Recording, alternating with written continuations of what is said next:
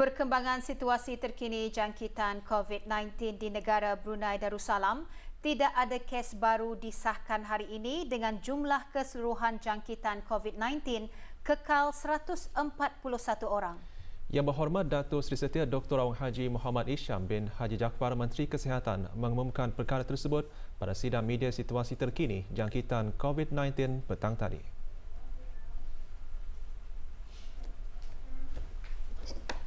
Kementerian Kesihatan ingin memaklumkan kepada orang ramai bahawa pada hari ini, Ahad 23 Ramadan 1441 Hijrah bersamaan dengan 17 Mei 2020 Masihi, alhamdulillah dengan izin Allah Subhanahu Wa Taala jua tidak ada kes baru jangkitan COVID-19 disahkan di negara ini. Ini bermakna jumlah keseluruhan kes COVID-19 di negara ini kekal seramai 141 orang. Sementara itu, tidak ada kes yang telah disahkan sembuh dari COVID-19 pada hari ini, menjadikan jumlah keseluruhan yang telah sembuh kekal seramai 136 orang.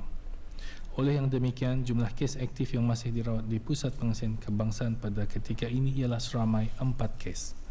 Daripada jumlah tersebut, 2 daripadanya masih dalam keadaan kritikal, walau bagaimanapun hanya seorang saja yang masih memerlukan bantuan mesin tambahan hadlang mesin ataupun ECMO dan mesin pernafasan, manakala seorang lagi kini hanya memerlukan bantuan mesin pernafasan sahaja.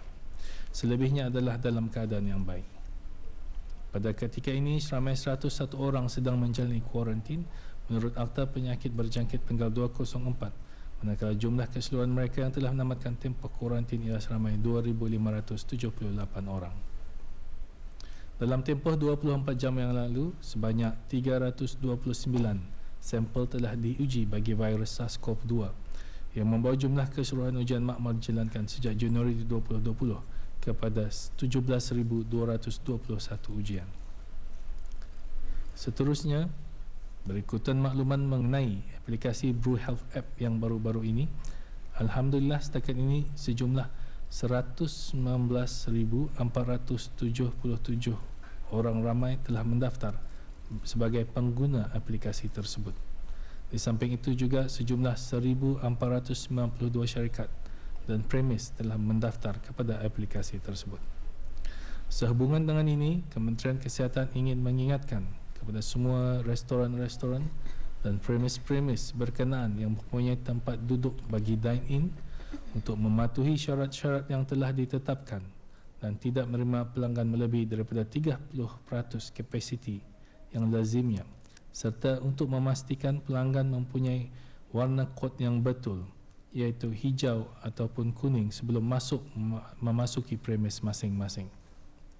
Dalam masa yang sama, Kementerian Kesihatan juga menggalakkan bagi premis-premis perniagaan yang lain untuk mendapatkan QR code dan mempaparkannya di pintu masuk premis atau kaunter pembayaran masing-masing bagi membolehkan orang ramai yang mengunjungi premis berkenaan mengimbas kod sebelum masuk dan keluar. Dengan adanya prosedur sedemikian, ini akan memudahkan Kementerian Kesihatan untuk membuat kontak tracing sekiranya ada penularan berjangkitan berlaku. Walaupun kita sudah memulakan pengurangan langkah-langkah sekatan, Kementerian Kesihatan ingin mengingatkan kepada orang ramai untuk terus-menerus menjalankan tanggungjawab sosial masing-masing, iaitu tidak berkumpul atau mengadakan perkumpulan ramai, mengamalkan penjarakan fizikal serta hanya keluar jika perlu, terutamanya bagi mereka yang berisiko tinggi seperti warga emas dan anak-anak damik, dan mengamalkan kebersihan tangan serta etika batuk dan bersin yang betul. Ini adalah bagi mengelakkan kemungkinan penularan jangkitan dan juga membolehkan kita meneruskan pengurangan langkah-langkah sekatan pada fasa-fasa seterusnya pada masa yang akan datang. Penglihatan anak bulan Syawal tahun 1441 Hijrah akan dilakukan di seluruh negara pada petang hari Sabtu 29 Ramadan 1441 bersamaan 23 Mei 2020. Hakim-hakim syar'i dan para pegawai Mahkamah Syariah, Jabatan Kehakiman Negara, Jabatan Perdana Menteri bersama pegawai-pegawai dari Jabatan Ukur Kementerian Pembangunan akan meruqyah anak bulan Syawal di tempat-tempat berikut. Bagi daerah Brunei Darmara di Menara DST, Ibu Pejabat Bangunan DST Leboh Raya Tunku, Bukit Agok Jerudong dan Tanjung Batu Kampung Sabun Mukim Serasa. Bagi daerah Belaid pula diadakan di Bukit Lomot, sementara di daerah Tutong di Bukit Ambok. Pengumuman 1 Syawal bagi tahun 1441 Hijrah 2020 masih akan disiarkan melalui radio televisyen Brunei sebaik sahaja hasil rokyah pada petang itu diperolehi oleh pihak-pihak berkenaan.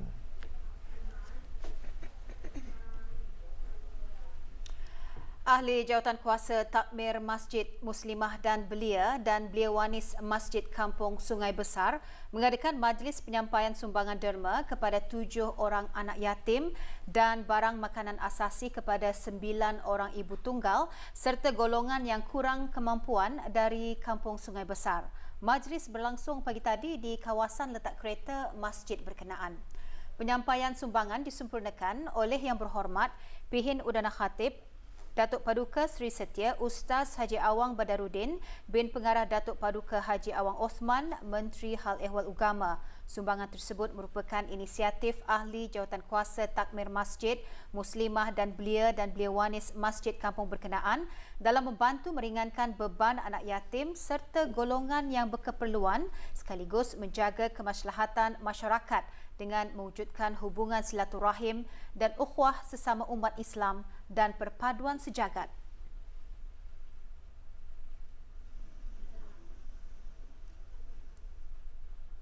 Sementara itu, sejumlah RM6,660 hasil derma daripada orang ramai diagihkan kepada 31 orang terdiri daripada anak-anak yatim dan golongan istimewa di sekitar Kampung Sungai Akar. Pagi tadi, penyampaian sumbangan yang diadakan secara pandu lalu di pekarangan Masjid Rashidah Sa'datul Bolkiah Kampung Sungai Akar itu disempurnakan oleh Yang Berhormat Datuk Seri Setia Awang Haji Ali bin Apong, Menteri Sumber-Sumber Utama dan Pelancongan selaku penaung masjid berkenaan. Majlis anjuran bersama oleh Muslimah dan Takmir Masjid tersebut merupakan aktiviti tahunan sempena bulan Ramadan yang mulia yang antara lain bertujuan untuk meringankan beban perbelanjaan keperluan harian bagi anak-anak yatim dan golongan yang memerlukan. Pelbagai pihak menyalurkan sumbangan derma kepada anak-anak yatim dan orang yang kurang berkemampuan bagi meraih keberkatan di bulan Ramadan yang mulia ini. Ikuti berita mengenainya selepas ini.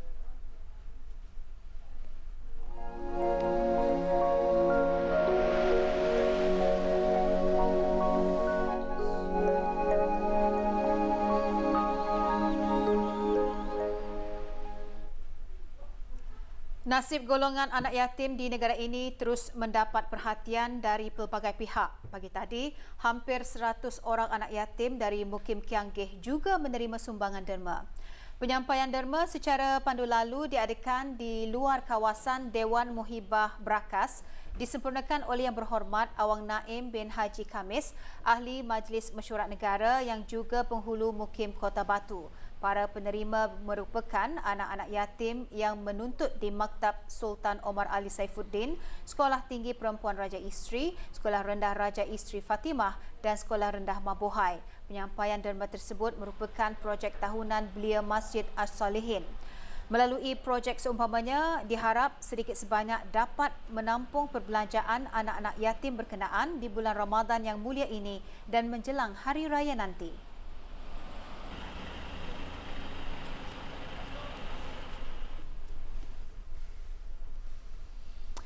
Rabitah Antarabangsa Alumni Al-Azhar Brunei Darussalam melalui program Khairat Azhari pagi tadi menyerahkan sumbangan hasil kutipan daripada ahli kepada seramai 30 penerima terdiri daripada golongan kurang berkemampuan di keempat-empat daerah. Penyerahan sumbangan diadakan secara serentak di semua daerah yang disampaikan oleh Jawatankuasa Eksekutif Rabitah. Di daerah Brunei Darmara, sumbangan disampaikan oleh Yang Arif Awang Haji Johar bin Haji Muhammad, Naib Rais 1 Rabitah Brunei Darussalam kepada 15 keluarga yang terpilih dalam senarai pihak Majlis Ugama Islam Brunei, MOEB.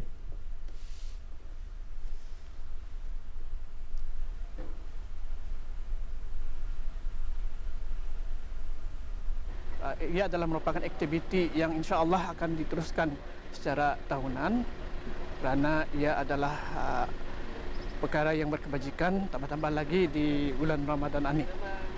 Dan ini adalah kita namakan sebagai Khairat Azhari. Jadi dalam program ini ataupun aktiviti ini kita mengadakan secara serentak di semua daerah Majlis Ugama Islam yang telah bekerjasama dalam melaksanakan urusan aktiviti ini, di mana dengan menyediakan senarai fakir miskin yang terpilihlah. Program Khairat Azhari bertujuan membantu masyarakat Brunei dalam sama-sama mengendalikan kegiatan dan aktiviti yang berunsurkan keilmuan, keagamaan dan kebajikan serta bagi menerapkan sikap prihatin dan kasih sayang terhadap golongan yang susah serta menanamkan sifat kedermawanan melalui sedekah di kalangan ahli rabitah. Di daerah Belait, sumbangan diserahkan oleh Datuk Seri Setia Awang Haji Abdul Aziz bin Orang Kaya Maharaja Lela Haji Yusof, Rais Jawatan Kuasa Eksekutif Rabitah.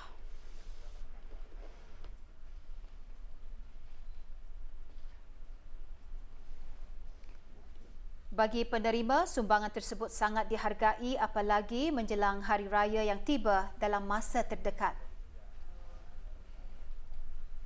Kami memang gembiralah sebab ini raya anda batah lagi kan. Jadi kami ada juga pakai kami balik barang keperluan untuk hari raya. Walaupun masa ni masih lagi kan dalam COVID-19, jadi masih lagi kami memerlukan. Sementara itu, 5 buah keluarga yang kurang berkemampuan di daerah Tutong menerima sumbangan seumpamanya. Sumbangan diserahkan oleh Awang Haji Abdul Aziz bin Haji Akub, Bendahari Pertubuhan berkenaan.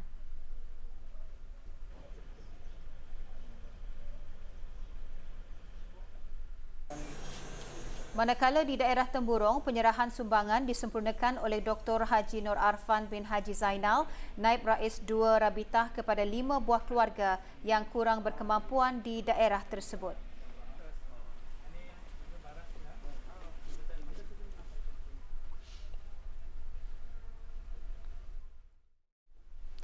Seramai 18 orang anak yatim dari Kampung Bengkurong, Kampung Sinarubai dan Kampung Borong Lepas menerima sumbangan derma petang tadi. Majlis berlangsung di kawasan letak kereta Masjid Kampung Bengkurong.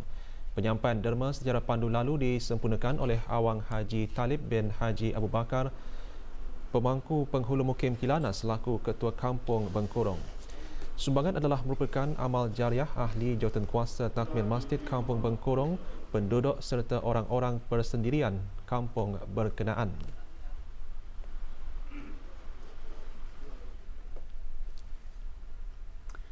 Majlis Perundingan Kampung MPK Jerudong A pula mengadakan penyampaian derma secara pandu lalu kepada 23 orang anak yatim kampung berkenaan. Majlis diadakan di kediaman Pemangku Ketua Kampung Jerudong A. Sumbangan derma berupa hamper dan barang kelengkapan sembahyang diserahkan oleh Awang Haji Khairul Azmi bin Haji Lakat, Pemangku Ketua Kampung Jerudong A. Sumbangan adalah daripada yang dimuliakan Pihin Orang Kaya Lela Pahlawan Major Jeneral Bersara Datuk Paduka Sri Haji Muhammad Jaafar bin Haji Abdul Aziz dan pihak bukan kerajaan. Biro Wanita dan Biro Perekonomian Majlis Perundingan Kampung Rancangan Perumahan Negara RPN Kampung Pancur Mengkubau mengelolakan majlis penyerahan sumbangan barangan asasi kepada ibu tunggal petang tadi. Sumbangan yang diadakan secara pandu lalu diserahkan oleh Awang Helmi bin Haji Ahmad, Pemangku Ketua Kampung RPN Kampung Pancur Mengkubau dan Awang Haji A.D. Hardi bin Haji Ibrahim, Timbalan Pengerusi MPK Kampung Pancur Mengkubau. Seramai 31 orang ibu tunggal yang bermastautin di kampung tersebut terpilih untuk menerima sumbangan barangan-barangan asasi kepada penyumbang yang terdiri dari kalangan ahli MPK Pancur Mengkubau serta keluarga.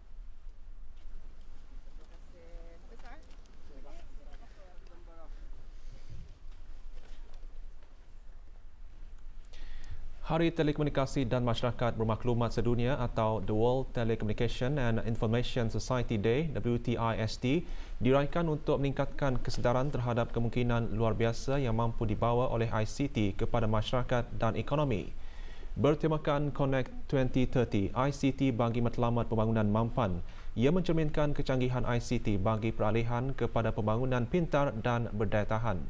Tema tersebut menumpukan pada ICT khusus iaitu membolehkan penyelesaian dan kemunculan trend-trend bagi melaksanakan kedayatahanan ekonomi, alam sekitar dan sosial yang menyumbang kepada 5 matlamat strategik utama bagi agenda Connect 2030, pertumbuhan, perangkuman, berdaya tahan, inovasi dan kerjasama. Berdasarkan statistik ICT Global dan Serantau Kesatuan Telekomunikasi Antarabangsa ITU 2019, 53.6% penduduk global kini menggunakan internet.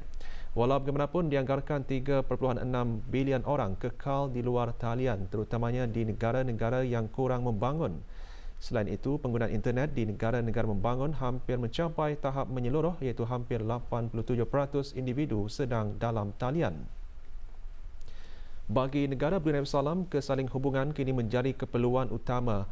Ia adalah selaras dengan visi Kementerian Pengangkutan dan Infokomunikasi dalam Pelan Strategik 2025 ke arah Connected Smart Nation. Beberapa inisiatif mengenai aplikasi teknologi baharu seperti Artificial Intelligence (AI) dan Big Data telah dilaksanakan oleh pelbagai kementerian dan agensi di bawah kerjasama seluruh negara untuk mengurangkan situasi COVID-19.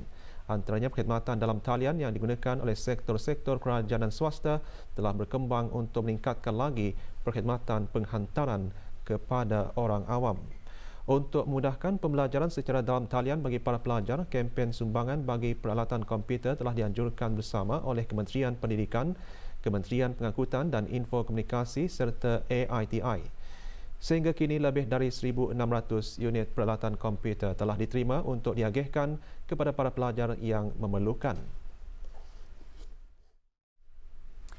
Merujuk pada sidang media yang telah diadakan pada hari Khamis 14 hari bulan Mei 2020, sebagaimana yang diumumkan oleh Yang Berhormat Menteri Kesihatan, beberapa perniagaan dapat dibuka semula bermula kemarin Sabtu 16 Mei 2020 iaitu seperti sekolah memandu, gym dan fitness centers, fasiliti sukan indoor dan outdoor, padang golf, restoran, kafe dan food court, gerai dan pasar.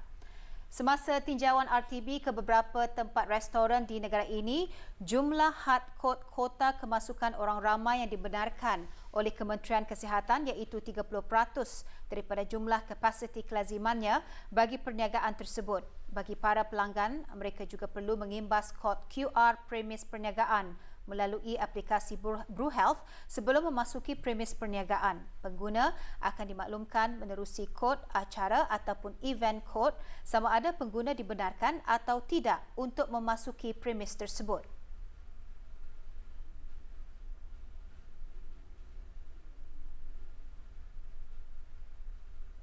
Kementerian Kesihatan mengingatkan orang ramai untuk sentiasa mematuhi segala peraturan dan arahan yang berkaitan dengan pengurangan langkah-langkah penjarakan sosial tersebut. Sesiapa yang didapati melanggar atau ingkar akan mana-mana arahan yang telah dikeluarkan, maka ianya adalah menjadi satu kesalahan di bawah Akta Penyakit Berjangkit Penggal 204 yang mana jika didapati bersalah boleh membawa denda sehingga RM10,000 atau penjara sehingga tempoh 6 bulan atau kedua-duanya sekali.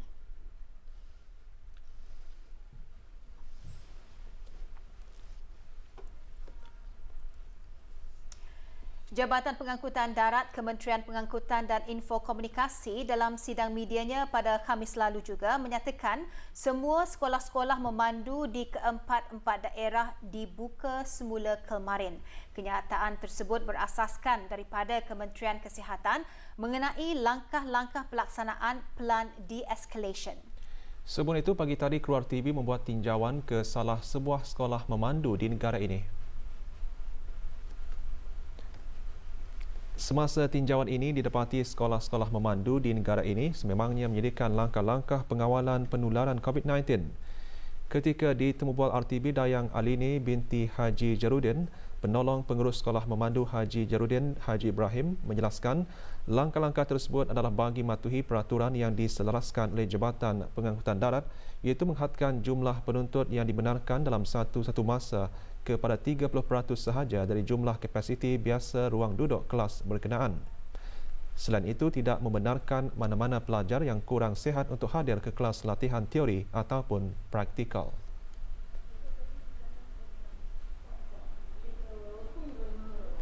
Dan memastikan jarak tempat duduk sekurang-kurangnya 1 meter di antara penuntut-penuntut yang lain. Dan memastikan kebersihan peribadi dan persekitaran bilik darjah. Maksudnya kebersihan peribadi itu menggunakan hand sanitizer, menggunakan penutup mulut, menggunakan sarung tangan, mengurangkan sentuhan dan kontak fizikal, contohnya bersalam di antara satu dengan yang lain, dan juga pelajar-pelajar dimestikan memeriksa suhu badan atau temperature, dan juga tidak membenarkan pelajar-pelajar jika ada simptom-simptom seperti demam panas, batuk, cerberet dan seumpamanya. Belia memainkan peranan penting dalam pembangunan sosioekonomi sesebuah negara. Apatah lagi pada masa ini ketika negara dalam keadaan sedikit sukar berikutan dengan jangkitan COVID-19. Sejauh mana pemahaman belia mengenai COVID-19 dan bagaimana mereka dapat memainkan peranan dalam sama-sama membendung penularan pandemik ini? Ikuti laporan Mojo mengenainya dengan salah seorang belia cemerlang negara, Nurliana Fatin binti Arifin.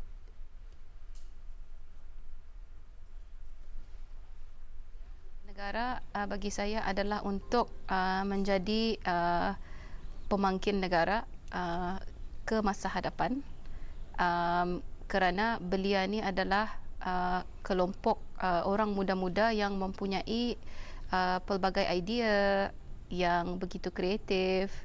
Jadi we have to do our part lah untuk membantu negara kita ni membangun. Walaupun buat masa ni kita ni boleh melihat banyak kita ni punya businesses tidak dapat dijalankan secara 100% ataupun tidak dapat dijalankan secara 50%.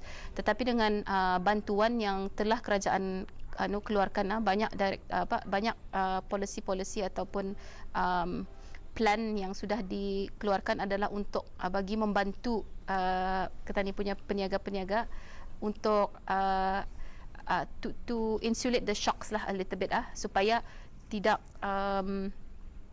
hilang pengangguran tidak naik. Itu salah satu objektif utama, dan dapat orang cakap survive walaupun sangat susah. Tani sudah melihat growth delivery service di Brunei, delivery service dan e-commerce. Kalau kita ni lihat e-commerce, adoption of e-commerce di Brunei memang sedikit slow, tetapi dengan COVID ini ia telah menaikkan kita ni punya pemakaian untuk membeli secara online. Baru-baru ini pun banyak inisiatif sudah keluar, seperti macam Agrom IQ pun mengeluarkan pembelian sayur secara online, dan pelbagai inisiatif lagi yang dikelolakan oleh peniaga-peniaga lain. Don't give up, cari cara yang terbaik atau cara inovatif untuk bagi bisnes kita to survive buat masa ni, because at the end of the day, lihat objektif of the business to itself. Go back to the objective. Apa tujuan pembukaan perusahaan tersebut, dan gunakan peluang ini untuk orang cakap soul searching lah dan mungkin ianya peluang untuk pengusaha-pengusaha petani melihat bisnes model mereka. Adakah bisnes model ini berkesan? Adakah memerlukan pertukaran, perubahan? Itulah, dan juga gunakannya ia sebagai character building kepada pengusaha-pengusaha tersebut. Because kalau bisnes itu tidak melalui kesusahan, you will never grow lah daripada itu. You will never become more innovative.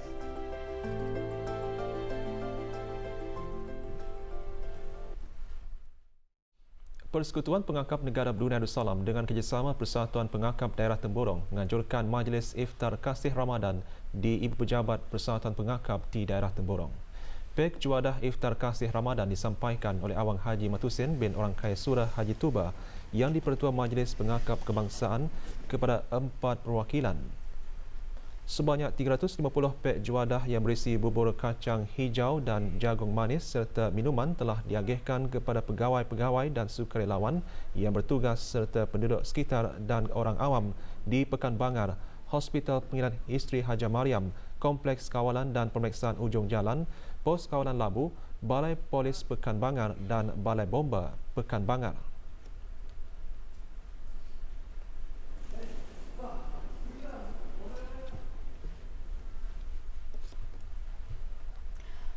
Sementara itu, Persatuan Pengangkap Daerah Temburong pagi tadi juga mengadakan majlis penyerahan bantuan jenis barangan makanan asasi kepada 6 buah keluarga kurang berkemampuan di daerah berkenaan.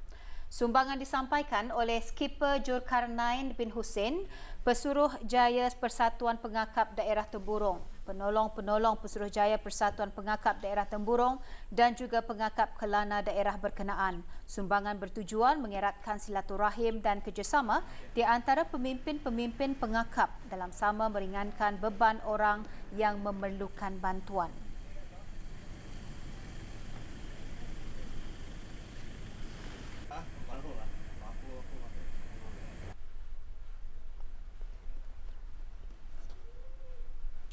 Seorang lelaki warga tempatan dijatuhi hukuman penjara selama 9 bulan oleh Mahkamah Magistrate Bandar Seri Begawan di atas kesalahan mencuri 2 unit bateri jentera berat. Muhammad Muinudin Ahnaf bin Muhammad Jita berumur 26 tahun dan tidak bekerja. Ditahan bagi dijalankan siasatan terhadap aduan kes kehilangan bateri jentera berat yang diletakkan di kawasan Lebuh Raya, Muara Tutong pada 12 Mei 2020 yang lalu. Hasil siasatan juga mendapati suspek juga pernah melakukan jenayah curi terhadap beberapa bateri kenderaan dan jentera berat di 3 tempat berasingan sebelumnya. Pasukan polis di Raja Brunei ingin menyarankan kepada syarikat-syarikat yang memiliki jentera berat agar membuat pengawasan dan pencegahan bagi memastikan kenderaan atau jentera tidak terdedah dan menjadi mangsa kepada jenayah-jenayah seperti curi. Seorang pekerja perempuan warga negara Indonesia mengaku bersalah dan dijatuhi hukuman penjara selama 6 bulan oleh Mahkamah Magistrate Bandar Seri Begawan di atas kesalahan mengambil harta milik majikan. Suspek bekerja sebagai pembantu rumah bernama Rostini berumur 23 tahun menghadapi pertuduhan di bawah Seksyen 381 Kanun Hukuman Jenayah Panggal 22. Berikutan perolehan maklumat yang diterima, suspek dipercayai mengambil duit majikannya yang tercicir sebanyak 1,200 yang dijumpai di atas lantai rumah mangsa. Suspek tidak menyerahkan wang tersebut kembali kepada majikan dan menyembunyikannya. 2 perempuan warga negara Vietnam berjaya ditahan oleh pasukan polis di Raja Brunei di atas kesalahan melakukan kegiatan tidak bermoral. Petang kemarin, Unit Penumpasan Perjudian dan Pencegahan Maksiat Jabatan Siasatan Jenayah PPDB menyerbu 2 buah hotel penginapan di kawasan Bandar Seri Begawan. Pihak polis telah mendapati beberapa barang bukti di lokasi kejadian dipercayai untuk tujuan aktiviti tidak bermoral itu. 2 orang wanita warga negara Vietnam bernama Lee Thi Huang Dong berumur 27 tahun dan Nguyen Thi Din berumur 39 tahun telah berada di negara ini dengan menggunakan pas pelawat. Kedua suspek dan semua barang bukti dibawa ke Jabatan Siasatan Jenayah untuk siasatan lanjut. Pasukan polis Diraja Brunei akan sentiasa membuat pemantauan dan risikan serta akan mengambil tindakan pada setiap kegiatan jenayah yang menyalahi undang-undang di negara ini.